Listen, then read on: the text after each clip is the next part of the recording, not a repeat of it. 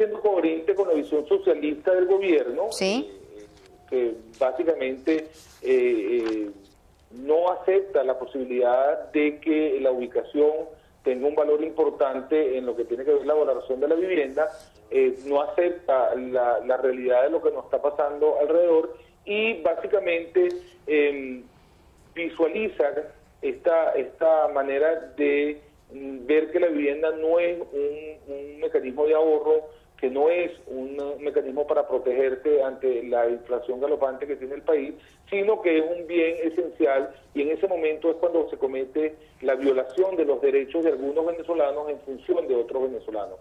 El sobreproteger al inquilino, que debe ser protegido, porque no es justo tampoco que alguien venga y lo saquen a la calle a las 3 de la mañana, sí, no puede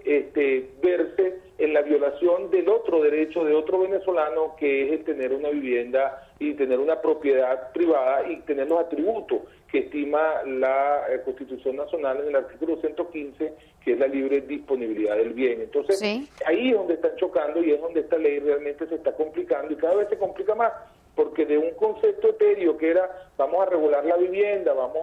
a ver cómo hacemos, ahora le han puesto un valor, y al ponerle un valor, entonces vemos las distorsiones que se están generando en el tema de la evaluación, de lo que tiene que ver el valor de reposición y el costo de la vivienda perfecta. Hablemos de esos dos puntos. Hemos escuchado, así tal cual como usted lo ha señalado, dentro de esta relación hay dos vertientes, el que está de arrendador y el que está de arrendatario. Ambos tienen derechos y deberes. Cuando hablamos de los derechos, pareciera que el dueño del inmueble ahora tiene que justificar de alguna manera si quiere volver a tener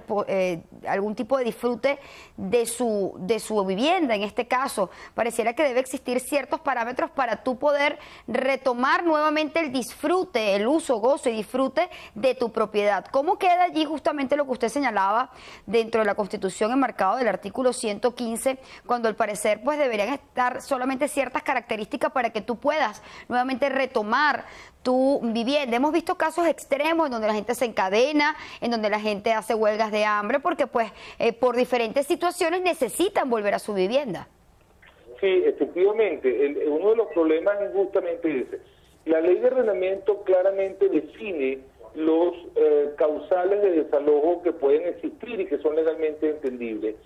Por ponerte un ejemplo, el que tú necesites tu vivienda para ti o para un familiar de segundo grado con consanguinidad, que el inquilino no pague más de 4 cánones de arrendamiento de manera justificada, que el inquilino o que el propietario requiera su vivienda para él,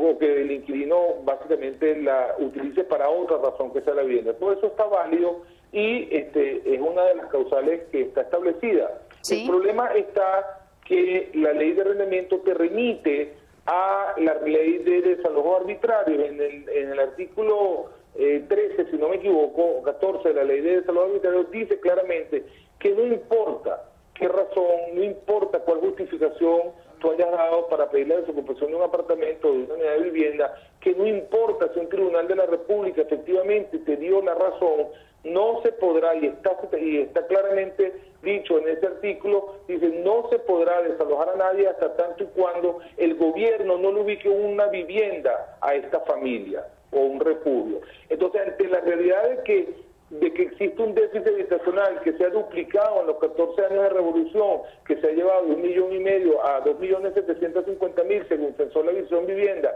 y ante la realidad de que tú no vas a sacar a nadie de un apartamento a meterlo en un refugio, sí. Entonces lo que pasa en el caso concreto es que la gente no puede recuperar su bien, y si bien es cierto, no le quitan la propiedad, le quitan uno de los atributos importantes de lo que la propiedad privada se refiere, que es la libre disponibilidad del bien. En otras palabras, no hay una manera de sancionar los incumplimientos de la ley por un lado, y por otro lado no hay una manera de que el propietario pueda rehacerse de la vivienda, que para él es el bien. Y para que estemos claros, la vivienda es el patrimonio más importante que tiene la familia venezolana, y bueno, cuando tú de alguna u otra manera la ves cuestionada, en eso estás afectando el patrimonio familiar y eso definitivamente es algo que está en total desbalance entre un venezolano y otro. ¿Cómo se evalúa justamente este punto del valor real de la vivienda? Tenemos que hacer pausa. Al regreso nos gustaría hablar un poco y explicar si se puede,